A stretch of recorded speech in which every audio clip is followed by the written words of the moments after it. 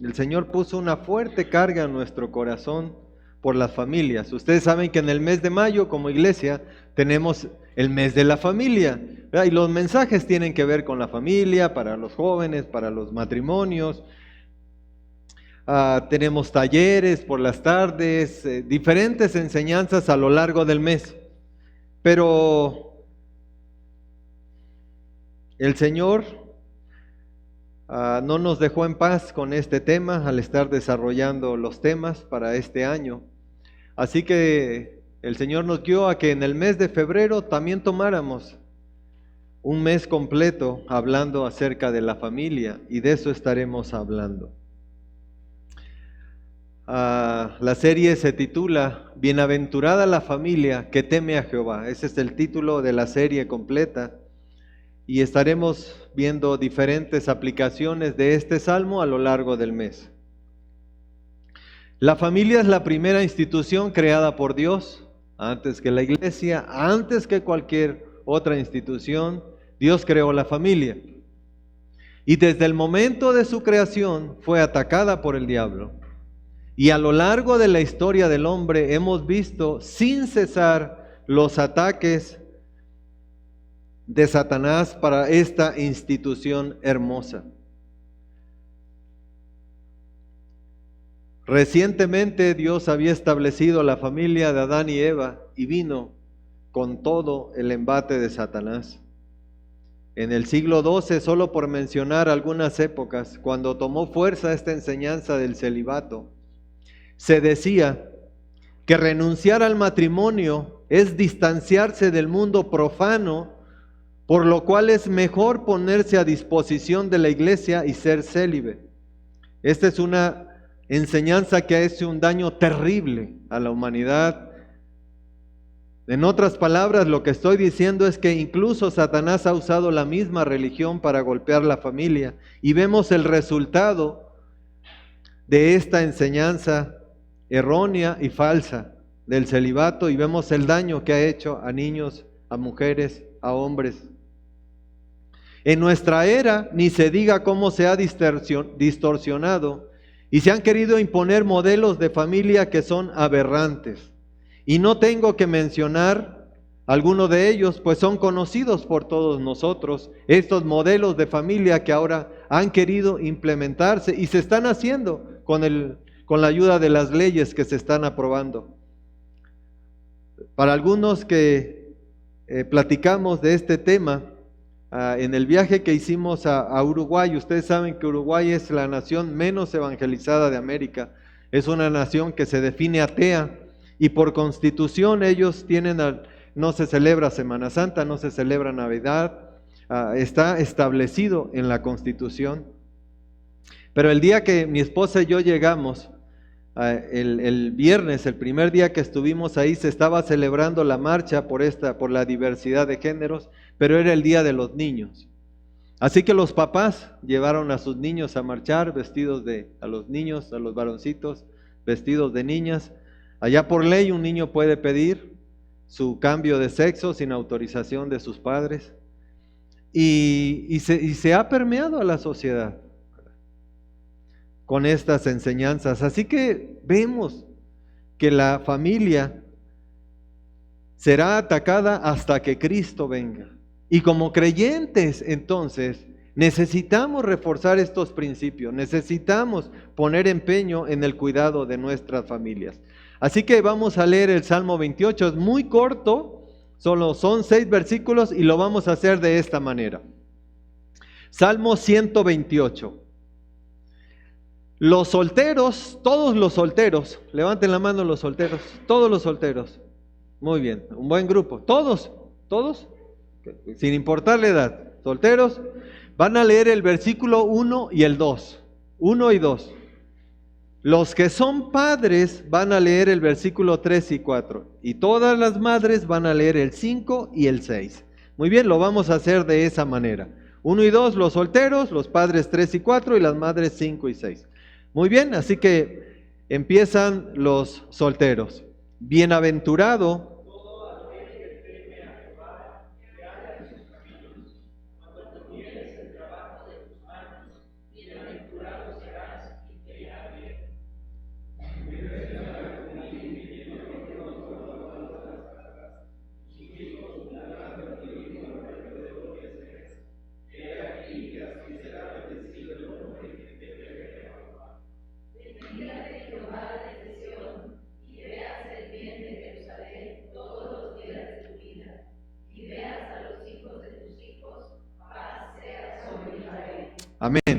Este es un salmo que se llama gradual. Ahí arriba de donde empieza el Salmo 128 dice salmo gradual. Y los salmos graduales eran los que se cantaban cuando las personas iban en peregrinación hacia Israel para las grandes fiestas que había allí, la de los tabernáculos, la Pentecostés, la fiesta de Pentecostés y de manera particular la Pascua. Así que de los salmos 120 al 134 es una especie de himnario que se cantaba cuando las familias iban hacia Jerusalén. Así que imagínese esta escena, ¿verdad?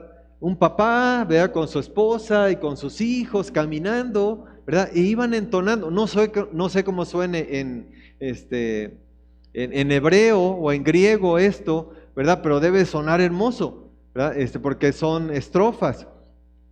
Así que se entonaban, ¿verdad?, mientras las familias subían a Jerusalén. Así que era hermoso. Me gusta pensar a un niño escuchando a papá cantando este salmo, a mamá, ¿verdad?, los niños cantando. Este salmo, ¿verdad?, se les conoce también como salmo pedagógico o sapiencial, ¿verdad?, son de enseñanza. Así que así lo vamos a tomar durante estos 3 domingos. Pero este salmo nos describe un cuadro de los varios aspectos de la familia ideal de Dios. En otras palabras, el Salmo 128 nos describe a un hogar bendecido por Dios. ¿Qué viene a su mente cuando escuchamos la palabra bendecido? Un hogar bendecido por Dios. Una familia bendecida por Dios. Para alguien quizás sea, bueno, ya pudimos comprar nuestra casa, ¿verdad? Dios nos ha bendecido. Para alguien que ya tiene casa, ¿verdad?, y pudieron comprar un auto, dice, bueno, Dios nos ha bendecido, ¿verdad?, y nos dio un auto. Para alguien tal vez, ¿verdad?, ya pudo hacer un ahorro y tiene una cuenta en el banco y dice, Dios nos ha bendecido, ¿verdad?, porque ya hemos podido ahorrar algo. Pero eso no necesariamente es una bendición, porque en una casa puede haber discordia, puede haber pleitos, celos, iras, contiendas. Así que eso no es sinónimo de bendición. Un auto no es necesariamente sinónimo de bendición. ¿Qué es la bendición entonces? La palabra de Dios nos lo dice, Proverbios 10:22. La bendición del Señor es la que enriquece, y no necesariamente está hablando de cosas materiales, económicas, sino de esta riqueza de armonía, de paz, de comunión en el hogar, y también, por supuesto, ¿verdad?, está implícita la provisión material, pero no es la única. La bendición del Señor es la que enriquece y no añade tristeza con ella. Así que esta es la respuesta. ¿Cómo está nuestra vida familiar? ¿Cómo es nuestra dinámica en casa? ¿Tenemos cosas materiales pero vivimos peleando? ¿Tenemos cosas materiales pero hay tristeza por las que las cosas no van bien entre el papá, la esposa, entre los hijos, etcétera? El Señor dice que la verdadera bendición, ¿verdad?, no añade tristeza, hay alegría, hay paz. Es cuando un hogar verdaderamente es un refugio para el esposo, para los hijos. Cuando un hijo de verdad anhela llegar a casa. Es ese tiempo que dice, ya, ¿verdad? Ya quiero estar en casa. Estuvo bien, ¿verdad?, mi tiempo con los amigos y todo, pero ya yo deseo estar en mi casa, ¿verdad?, con mi familia. Es cuando el varón sale del trabajo, ¿verdad?, y dice, yo ya quiero estar en mi casa, ver a mi esposa, a mis hijos. A eso se refiere, ¿verdad?, cuando dice que el Señor no añade tristeza, cuando la bendición ha venido del Señor. Este salmo, yo les decía en el primer servicio, este salmo es como si usted se encontrara una pepita de oro. Así que imagine una pepita de oro del tamaño de mi puño. No sé, no tengo ni idea de cuánto vale eso, ¿verdad? Y usted la tiene ahí y sabe que es valioso. Pero si la quiere utilizar, entonces tiene que martillar sobre ella. Tiene que trabajar y darle forma. Si quiere hacer unos pendientes, un collar, una pulsera, lo que sea, entonces hay que trabajar sobre ella. Eso es lo que vamos a hacer estos 3 domingos como en el Salmo 128. Vamos a martillar esta pepita de oro para extraer, aplicación, uso para nuestras vidas en familia. La palabra de Dios, dice el Salmo 19:10, que es más preciosa que el oro y más que el oro afinado. Esto es la palabra de Dios y esto vamos a estar haciendo estos 3 domingos. Así que vamos a desarrollar una serie de 3 mensajes. El primero, hoy, vamos a hablar de la provisión prometida. Este Salmo 128 nos habla de que Dios ha prometido provisión para la familia. La provisión prometida. El segundo, vamos a hablar de la relación matrimonial bendecida. ¿Cómo es una relación matrimonial que está siendo bendecida por Dios? Y en el tercer mensaje vamos a hablar de la familia fortalecida. O sea, ¿cómo es una familia fuerte espiritualmente? 2 preguntas surgirán a lo largo de los 3 mensajes y quiero que las anote si está tomando sus anotaciones, si lleva ahí sus apuntes, ¿verdad? Quiero que anote estas 2 preguntas y que vayamos a casa esta semana y meditemos en ellas. Son estas 2 preguntas. ¿Estoy siendo de bendición para mi familia? Si es usted esposo, si es esposa, si eres hijo, ¿estoy siendo de bendición para mi familia? Y la segunda, ¿mi familia está siendo bendición para la iglesia?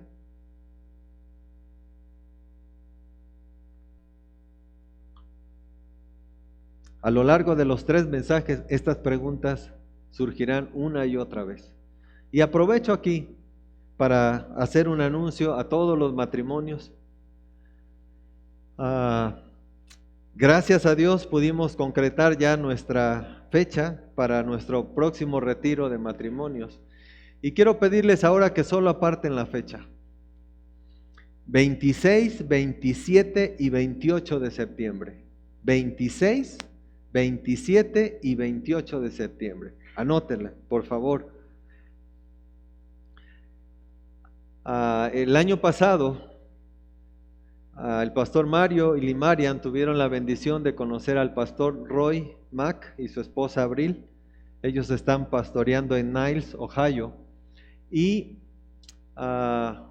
me compartía un poco de los temas que tocaron, ¿verdad? Entonces dijimos, bueno, vamos a ver si en una de esas, ¿verdad?, aceptan una invitación a venir a nuestra iglesia para un retiro de matrimonios. Y bueno, el Señor, ¿verdad?, no hay casualidades. Resulta que es amigo de Rafael Canadá y del hermano Ediberto, ¿verdad? Es una de las iglesias que apoya a nuestro hermano Edi allá en Irak. Así que a través de ellos les hicimos llegar nuestra invitación, ¿verdad? Y ya, gracias a Dios aceptaron, ¿verdad? Pudimos acomodar esta fecha. Hemos estado platicando con él acerca del tema interesantísimo, todavía no se los voy a decir, pero seguro será de mucha bendición. Así que a todos, mire, yo lo que quiero pedirle ahorita, ¿verdad?, es que en su mente no se descarte. Por la fecha, por lo económico, no se descarte. No empiece así. Por el contrario, ¿verdad?, diga, Señor, ¿verdad?, deseo estar ahí con mi esposa.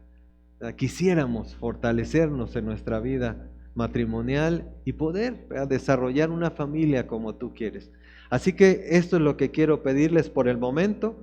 Y más adelante, ¿verdad?, el pastor Mario, que conoce más al pastor Roy, estará dando información acerca de él y ya cuando tengamos el lugar, ¿verdad?, se los haremos saber. Pero ahí está, ¿verdad? Cierro el comercial. Muy bien, entonces vamos a entrar a nuestro tema. El título de nuestro mensaje de hoy es La provisión prometida y vamos al Salmo 128. Solo vamos a buscar otra cita más adelante, pero tengan su Biblia abierta, por favor. Ahí Salmo 128. Los versículos 1 y 2 son los que estaremos estudiando hoy para este tema. Bienaventurado todo aquel que teme a Jehová, que anda en sus caminos. Cuando comieres el trabajo de tus manos, bienaventurado serás y te irá bien. Vamos a hablar de la provisión hoy. Pero primero siempre es lo primero. y es el temor de Dios. Miren, si nos paramos en el púlpito a predicar de la provisión, de que Dios te va a bendecir y que Dios es bueno y que Dios va a multiplicar, sin una base doctrinal, vamos a estar construyendo sobre hojarasca, ¿verdad? Como el canto que entonamos, ¿verdad? Es arena, ¿verdad? No nos vamos a poder parar y no nos vamos a poder sostener. Sería iluso que cualquiera de nosotros construyera una casa sobre un terreno fangoso. Tarde o temprano esa casa se va a ir abajo. O como que usted quisiera construir un gran edificio hermoso, vanguardista, pero sin invertir en los cimientos. Cuando usted trabaja en los cimientos no se ven, pero es muy caro hacerlo. Pero ¿qué pasaría si a alguien se le ocurre levantar un gran edificio sin un cimiento? Por supuesto que se va a derrumbar. Y sabe, muchas veces estamos en nuestra vida matrimonial construyendo sin cimientos. Y por eso vienen los fracasos, por eso vienen los problemas en nuestra vida matrimonial y familiar. Así que primero, siempre es lo primero, y lo primero es el temor a Dios. Esta es la base para desarrollar una familia estable, una familia bendecida por Dios.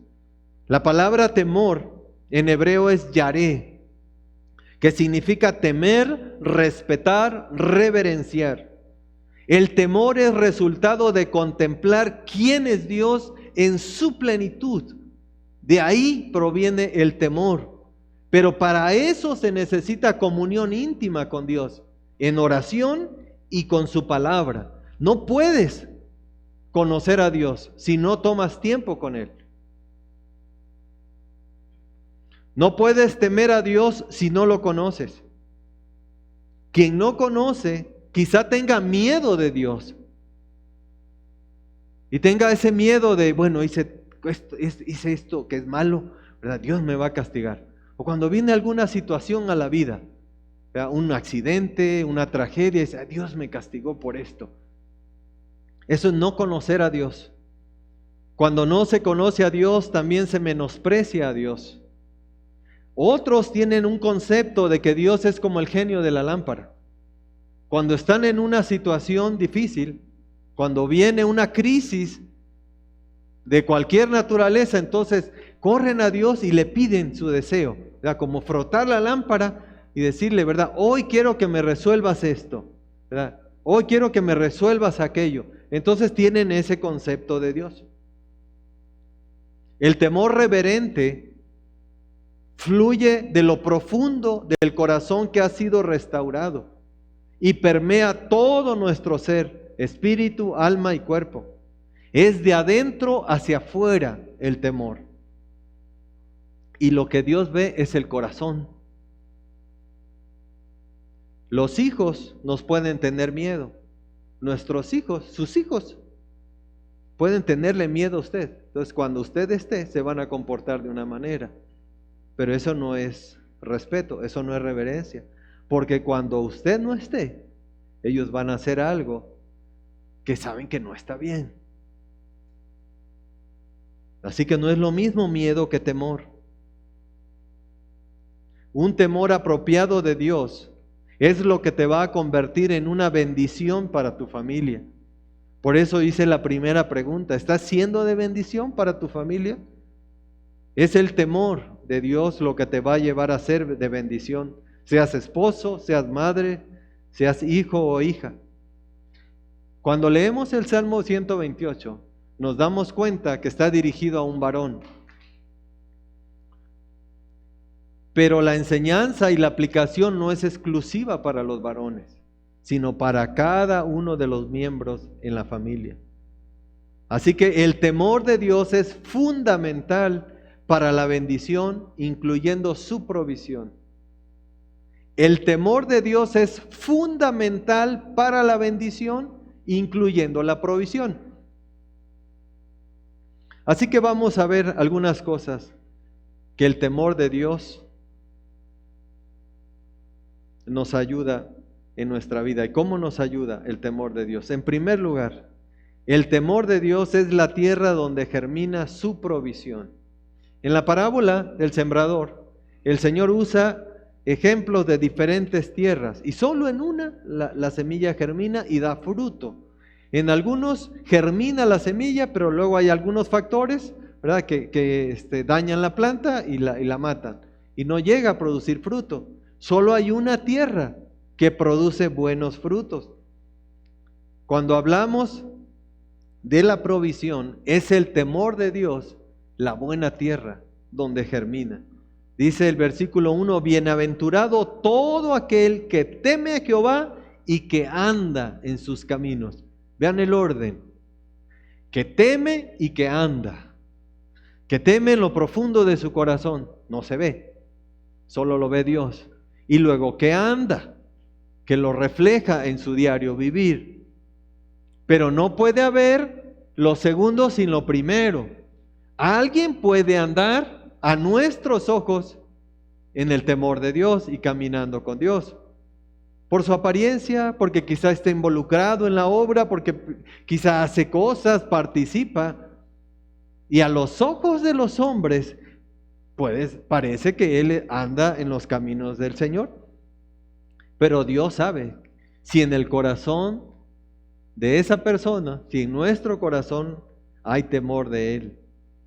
Lo que Dios ve es si hay congruencia en nuestra vida, en lo que hay en mi corazón y en lo que hay en mi vida pública, en lo que los demás conocen.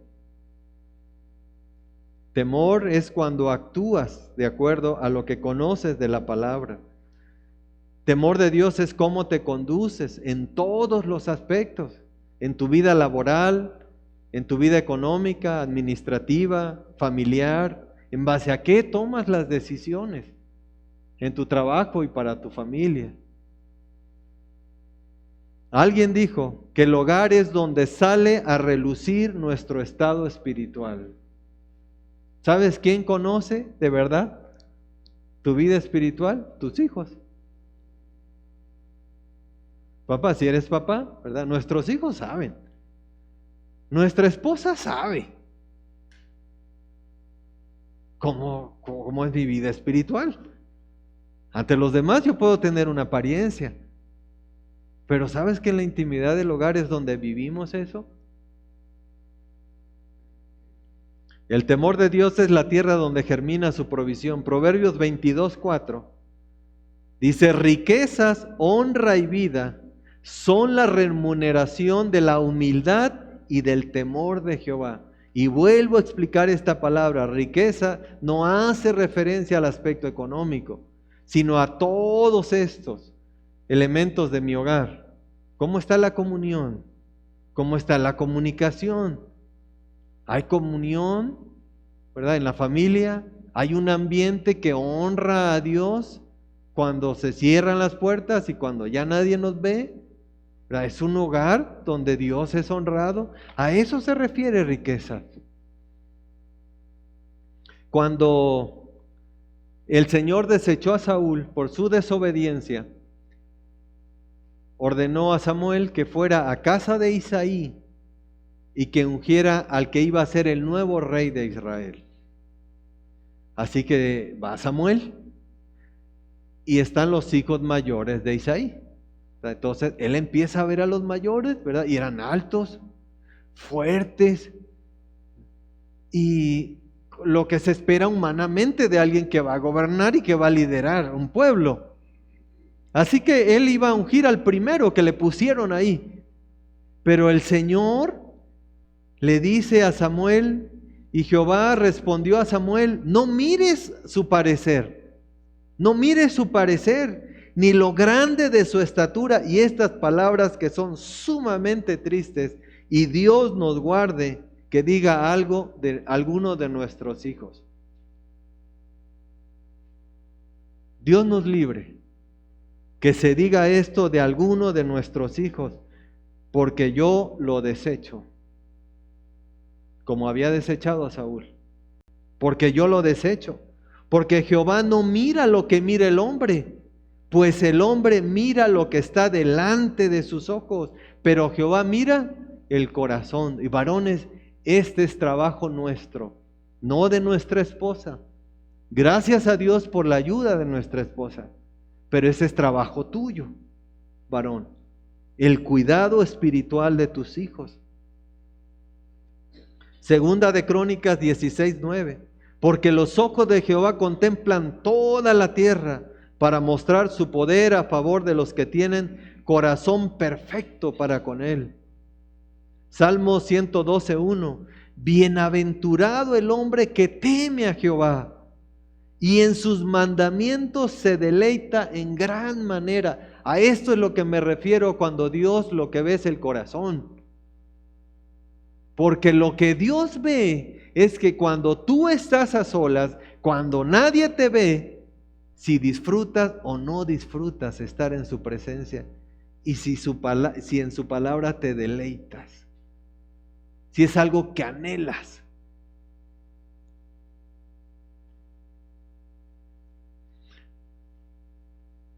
No esperes que tus hijos tengan un tiempo de devoción personal si tú no lo tienes. Pero tampoco vayamos a caer en hipocresía de aparentar que nosotros tenemos un tiempo, pero nuestro corazón está alejado de Dios. Bienaventurado el hombre que teme a Jehová y en sus mandamientos se deleita en gran manera. En su palabra, pero dice en sus mandamientos. ¿Y dónde vivimos los mandamientos? ¿Dónde se ponen en práctica? En la casa, para empezar. Y luego, en cada una de las cosas que hacemos. Así que la bendición del Señor tiene que ver con su provisión. Pero seríamos miserables si solo se tratara de provisión. El temor de Dios, ¿verdad?, va mucho más allá de la provisión. Y es por eso que el temor de Dios conduce a la obediencia. No puede haber obediencia a Dios si no temes en tu corazón al Señor. No vas a poder obedecer. Quizá aparentes obediencia, pero no lo vas a poder obedecer de corazón. En Génesis 22:12, y dijo: no extiendas tu mano sobre el muchacho, le dijo al Señor, el ángel de Jehová, a Abraham, ni le hagas nada, porque ya conozco que temes a Dios, por cuanto no me rehusaste tu hijo, tu único. Está hablando de esas decisiones que son cruciales, donde tienes que demostrar cuánto le crees a Dios. Para Abraham fue entregar a Isaac. Por 25 años habían esperado a este hijo. Ahora es un jovencito y Dios le dice: entrégamelo. Y así cada uno de nosotros, Dios nos pide que entregues ciertas cosas en tu vida. Entrégamelo. Y ahí viene: ¿cuánto le crees al Señor? Así que es el temor el que te lleva a la obediencia. No vas a poder obedecer si no temes al Señor. Pero el temor de Dios también provee sabiduría y te libra del mal. Este punto me encanta. Todos necesitamos sabiduría. ¿Cuántos errores hemos cometido por falta de sabiduría? El temor de Dios provee sabiduría y te libra del mal. Proverbios 3:7 dice: no seas sabio en tu propia opinión. Teme a Jehová y apártate del mal, porque será medicina para tu cuerpo y refrigerio para tus huesos. Proverbios 1:7, el principio de la sabiduría es el temor de Jehová. Los insensatos desprecian la sabiduría y la enseñanza. Dios se agrada de las personas que buscan y que le temen. Hechos 10:35, sino en toda nación se agrada del que le teme y hace justicia. En toda nación, sin importar tu contexto social, económico, de qué país eres, Dice, en toda nación, Dios se agrada del que le teme y le hace justicia, sin importar tu edad. Así que primero es lo primero, es el temor de Dios. Y en segundo lugar, entonces, ahora sí vamos a hablar del tema. Dios prometió provisión por medio del trabajo. Recuerda, nuestro título es la provisión prometida. Y es cierto, Dios prometió provisión por medio del trabajo. Pero quise poner el cimiento. Porque si no, de nada va a servir todo lo demás arriba, se va a caer. Dios prometió provisión por medio del trabajo y nada más por medio del trabajo. Así que escucha bien, no compres lotería. Si tienes el hábito de cada 8 días ir al estanquillo del melate, algo no has comprendido. Conozco creyentes que faltan continuamente a la iglesia, pero no faltan cada 8 días para comprar el cachito. No participes en sorteos pensando que eso será la solución a tu situación. En la iglesia hay varios estudiantes, hay varios foráneos, algunos de ellos están becados en las universidades y parte de su beca es que tienen que vender boletos, ustedes saben. Si quieres ayudar a alguien, hazlo, ¿verdad? Cómprale un boleto para ayudarle, pero no digas, a ver si en una de esas, ¿verdad?, nos llevamos la casa en la vista, ¿verdad? No es así, no es así. No viva pensando que un día se va a encontrar una gran bolsa de dinero llena y sus problemas se van a acabar. No alimente esos pensamientos de que quizá algún día reciba la llamada del tío rico, ¿verdad?, que vive allá y que le dejó parte de la herencia, ¿verdad? No es así. El Señor dejó muy claro, Él promete provisión solo por medio del trabajo. Punto.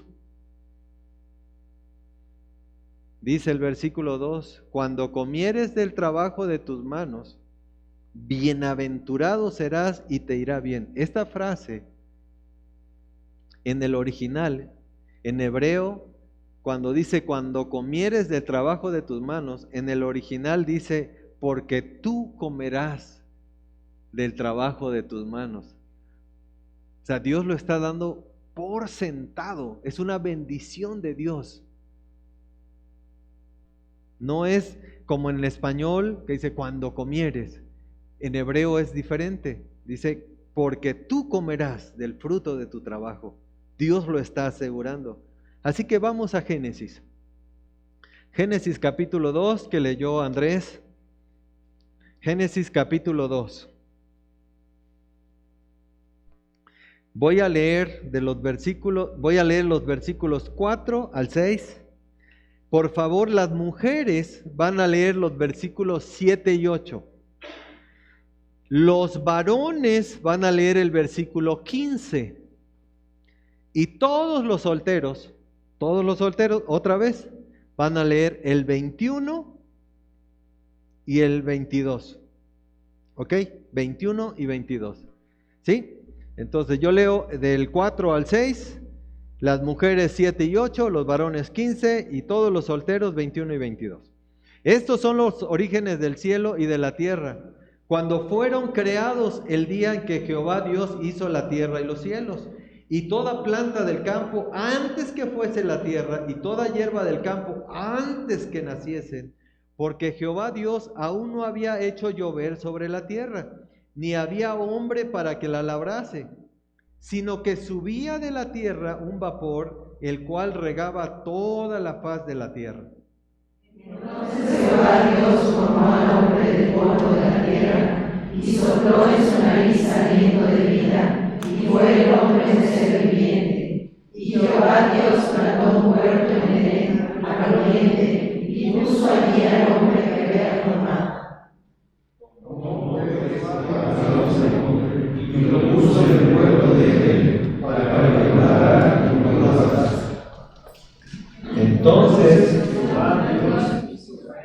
a ver otra vez los solteros. Vamos a empezar todos para allí. Entonces,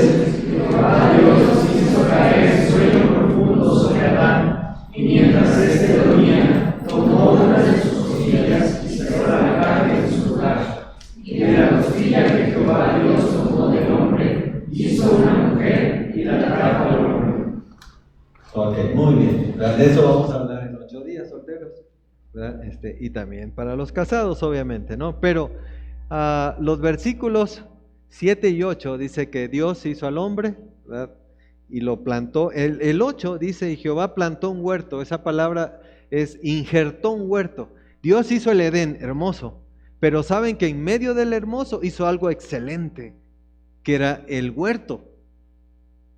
A veces pensamos que el Edén es una cosa muy bonita, toda grande, pero sabe que en medio del Edén Dios hizo algo muy especial, que es el huerto, y ahí puso al hombre. ¿Y qué dice el versículo 15, varones?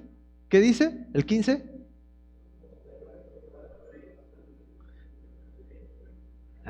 Como que no, los varones. A ver, varones, vamos a leerlo, ¿verdad? Porque esto es para nosotros, ¿verdad? Esto es lo que Dios nos está diciendo, ¿verdad? Está hablando de nuestro diseño, varones. 15. Y tomó pues Jehová Dios al hombre y lo puso en el huerto del Edén para que lo labrara y lo guardase, para que lo labrara, para que trabajara. ¿Sabes que ese es nuestro diseño como hombres? Que amamos al trabajo, y deberíamos decir amén, varones, ¿verdad? El varón debe amar el trabajo. El trabajo es una bendición de Dios. Sabe que después de la caída, no lo busquen, pero en el capítulo 3, versículo 17, después de la caída, dice, y al hombre dijo Dios, por cuanto desobedeciste a la voz de la mujer, obedeciste a la voz de la mujer, y comiste del árbol que te mandé diciendo, no comerás de él, maldita será la tierra por tu causa. La maldición vino sobre la tierra, no sobre el trabajo. El trabajo es una bendición. Y aquí hay un principio. Dios primero le dio trabajo y después viene Eva. Hasta los versículos 18 en adelante describe. Así que, jóvenes solteros, este es el orden. ¿Quieres casarte? Entonces, compórtate como hombre, trabaja y sé capaz de sostener un hogar. No es al revés. Bueno, nos casamos y ahí vemos, ¿no? Hay papá que se encargue de lo demás. No. Jovencito, me encanta, ¿verdad? Si hay un tema que a mí me gusta hablar con los jóvenes, ¿verdad? Es este tema. Y saben, estamos perdiendo, varones, estamos perdiendo la hombría de nuestros jóvenes. La sociedad nos las ha robado. Cada vez tenemos más jóvenes afeminados. Y no debe ser así entre los cristianos.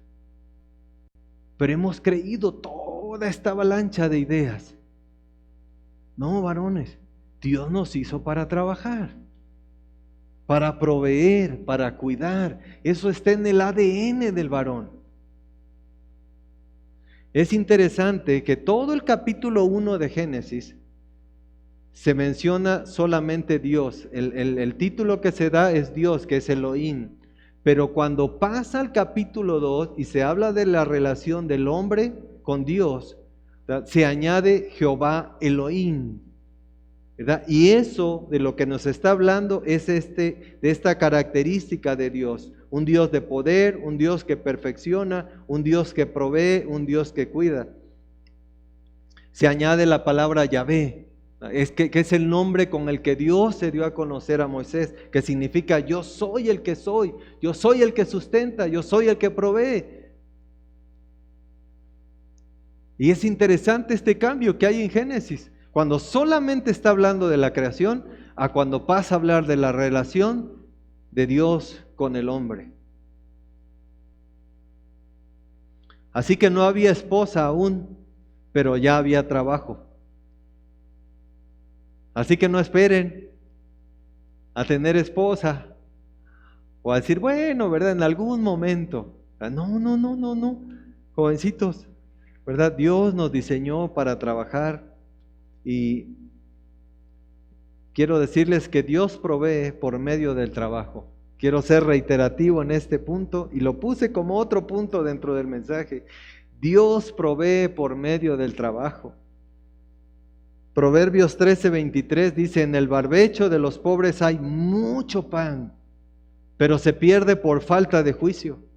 Proverbios 14:23, en toda labor hay fruto, mas las vanas palabras son las que empobrecen. Lo que el Señor está diciendo es, la bendición viene de mí. Tú haz lo que te corresponde hacer en tu trabajo, pero yo soy el que bendigo.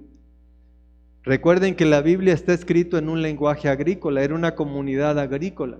Entonces los ejemplos que se utilizan tiene que ver con esto, con ejemplos que ellos podían comprender fácilmente. Pero cuando dice barbecho está hablando del trabajo diario que hacemos. Quizá usted lo hace en un consultorio, lo haces en un taller, en una oficina, ¿verdad? Etcétera. Pero lo que el Señor está diciendo, en toda labor hay fruto, a lo que te dediques. Seas un carpintero, seas un albañil, seas un respetado doctor, seas un abogado, seas un ama de casa, a lo que te dediques, dice el Señor, habrá fruto. En segundo lugar, Dios demanda una buena administración, por supuesto, de los recursos que Él envía. Con esto en mente, de que la Biblia usa un lenguaje agrícola, ¿verdad? Este pasaje es hermoso, porque habla de administración. Está usando ejemplos que tienen que ver con alguien que vive en el campo, obviamente, pero es aplicable a cada uno de nosotros. Proverbios 23 al 27 dice, sé diligente. ¿Qué es lo contrario de diligencia? Negligencia. Sé diligente en conocer el estado de tus ovejas y mira con cuidado por tus rebaños. ¿Cuál es tu actividad? Porque las riquezas no durarán para siempre y será la corona para perpetuas generaciones. Saldrá la grama, aparecerá la hierba y se segarán las hierbas de los montes. Los corderos, y aquí entonces empieza a desglosar. De lo que yo te dé, dice el Señor, ¿verdad? Administralo correctamente. Ese es un ejemplo. Los corderos son para tu vestido. Los cabritos para el precio del campo. Invierte algo, ahorra algo. Y la abundancia de leche de las cabras para tu mantenimiento, para el mantenimiento de tu casa y para sustento de tus criadas. Dice el Señor, sé diligente y administra correctamente. ¿Recuerdan lo que dice Proverbios 13:23? En toda labor hay fruto. 14:23, mas las vanas palabras es qué hacemos después, en qué planeamos, qué hacemos con lo que Dios nos da. Muchas veces nuestras malas decisiones son las que se llevan eso que Dios nos ha provisto. Así que Dios demanda una buena administración. Y también Dios advierte las consecuencias de la negligencia en la vida laboral o en tu vida personal. ¿Saben que este tema es abundante en la Biblia? Cuando usted hace un comparativo de las bendiciones de Dios en el trabajo con las advertencias de Dios en cuanto a la flojera, es impresionante. Todo lo que hay en la Biblia de advertencia para la negligencia. Proverbios 13:4. El alma del perezoso, y no está hablando de ese animal que es lento para subirse al árbol, ¿va? Y ahí va. Creo que de ahí, por eso le pusieron perezoso. El alma del perezoso desea. ¿Saben que el perezoso tiene deseos? O sea, la persona que es floja tiene sueños, tiene anhelos, quisiera cosas. El alma del perezoso desea y no alcanza, mas el alma de los diligentes será prosperada. Proverbios 19:15. La pereza hace caer en profundo sueño y el alma negligente padecerá hambre. ¿Y si el negligente es casado? ¿Y si el negligente tiene hijos? Es una tragedia.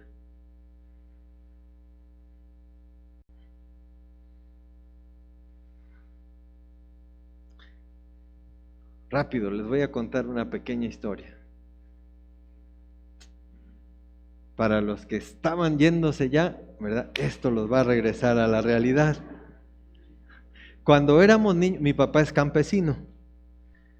Siempre trabajamos en el campo. Bueno, no, trabajamos, dijo aquel.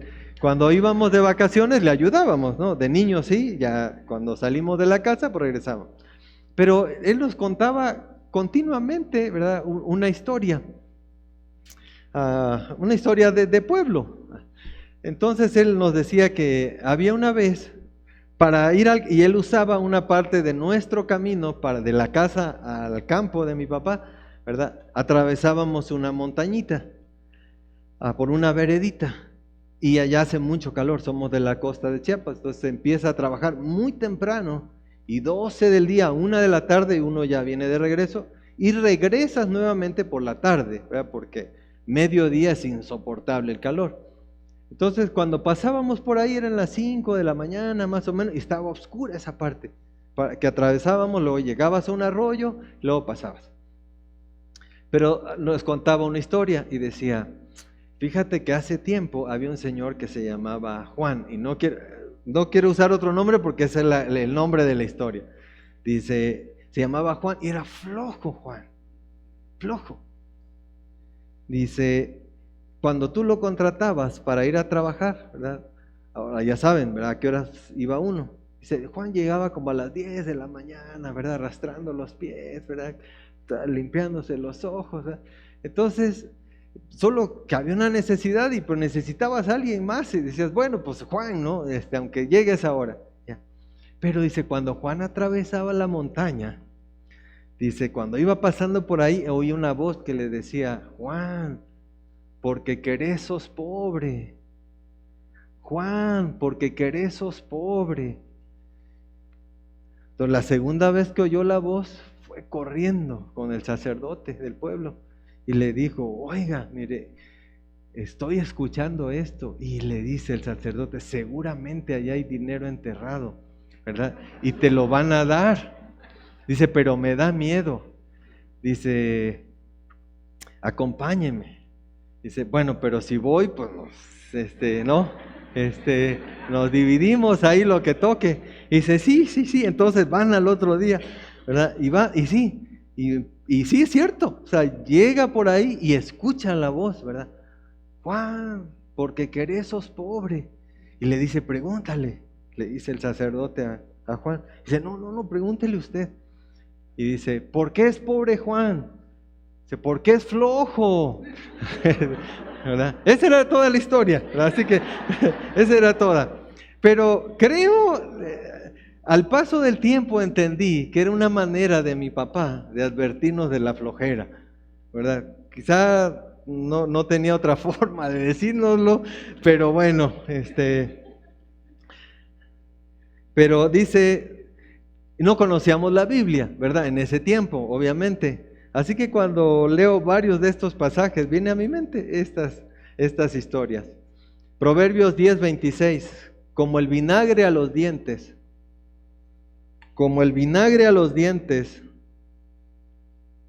y como el humo a los ojos, así es el perezoso a los que lo envían. Es molesto. Varones, un hombre flojo, un varón flojo es molesto, donde quiera que esté, en su casa, en su trabajo, en la iglesia, en cualquier ámbito donde esté, es sumamente molesto. Y el ejemplo que utiliza es vinagre, ¿verdad? En la boca, o humo constante en los ojos, ¿verdad?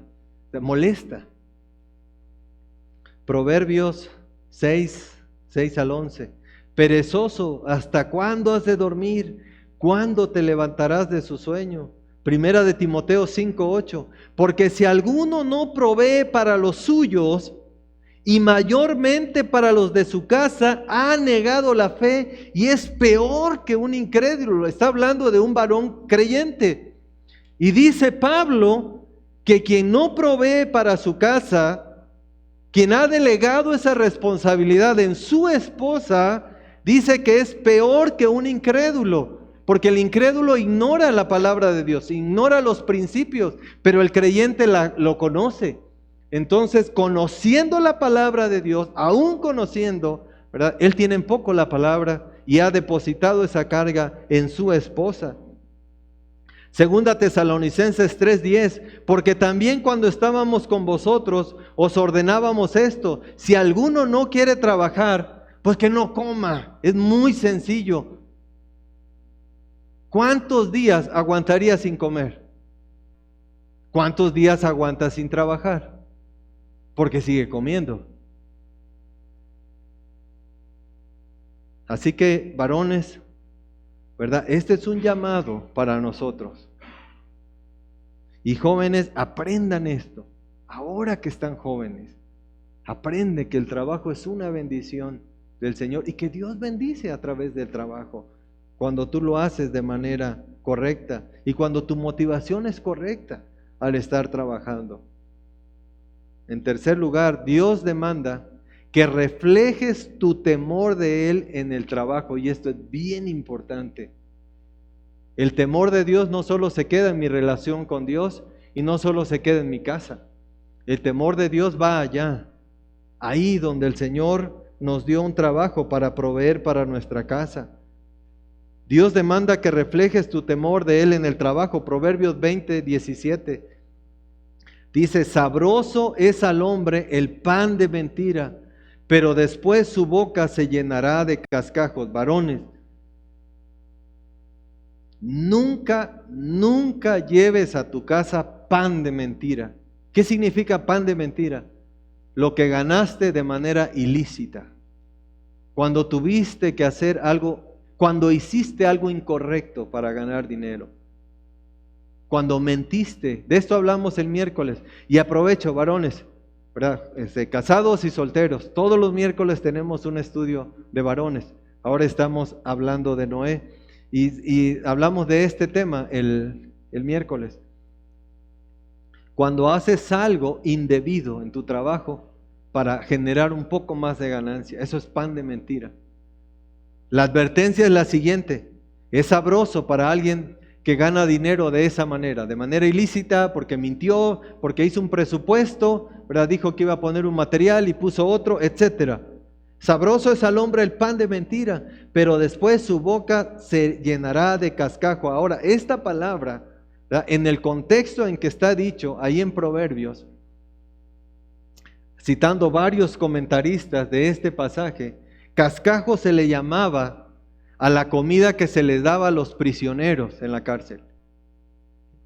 Era una comida que dice que muchas veces ya estaba echada a perder. Pero eso no es lo terrible es lo siguiente: a la comida se le ponía estiércol, pero se le decía al prisionero que estaba comiendo. Así que cada vez que él comía, era una manera de recordarle por qué estaba ahí. Era una consecuencia de su delito. Y es interesante entonces que el Señor usa este ejemplo para nosotros varones y decirnos que es sabroso cuando se gana dinero de esa manera, pero un día va a pasar esto en casa. Así que, varones, nunca pongas en la mesa, nunca hagas comer a tu esposa y a tus hijos pan de mentira. Que Dios nos guarde de esto. Colosenses 3:23: y todo lo que hagáis, hacedlo de corazón como para el Señor y no para los hombres, incluyendo nuestra vida laboral. Segunda Tesalonicenses 3:8-7: porque vosotros mismos, dice Pablo, sabéis de qué manera debéis imitarnos, pues nosotros no anduvimos desordenadamente entre vosotros, ni comimos el pan de nadie en balde, sino que trabajamos con afán y fatiga día y noche para no ser gravoso a ninguno de vosotros. Dice Pablo: cuando hubo necesidad, yo trabajé. Ahora, no es que Pablo se viviera trabajando. Lo que está diciendo, ¿verdad?, mi prioridad era predicar el Evangelio de Cristo, pero cuando hubo necesidad de hacerlo, trabajé y no me daba ningún problema trabajar. Porque eso es un varón. Así que hablamos de la provisión, pero ya vimos que si no hablamos de estos principios, ¿verdad? Ahora en los púlpitos se predica abundantemente de este asunto de la provisión, ¿verdad? Y pídelo y decláralo y Dios te dará, ¿verdad? Y Dios es bueno, eres hijo del Rey de Reyes, ¿verdad? Dios es el dueño de la plata y del oro. Pero ¿saben qué es eso? Es construir sobre hojarasca. No puedes predicar de la bendición y de la provisión si no pones el cimiento. Y el cimiento es el temor de Dios.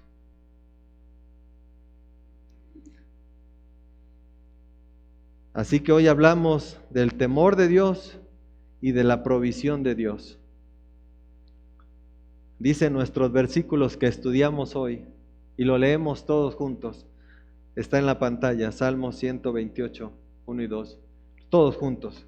Bienaventurado todo aquel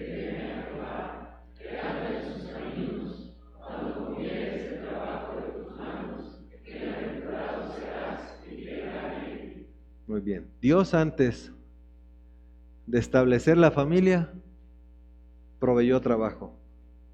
¿Okay? Este es el orden. Así que dice Dios, tranquilo. O sea, yo me encargo de la provisión. Tú solo encárgate, ¿verdad?, de tener temor de mí en tu corazón. Yo me encargo de lo demás. ¿Ok? Así que 2 preguntas que nos llevamos a casa y meditemos todos. ¿Estoy siendo bendición para mi familia? ¿Mi familia está siendo bendición para la iglesia?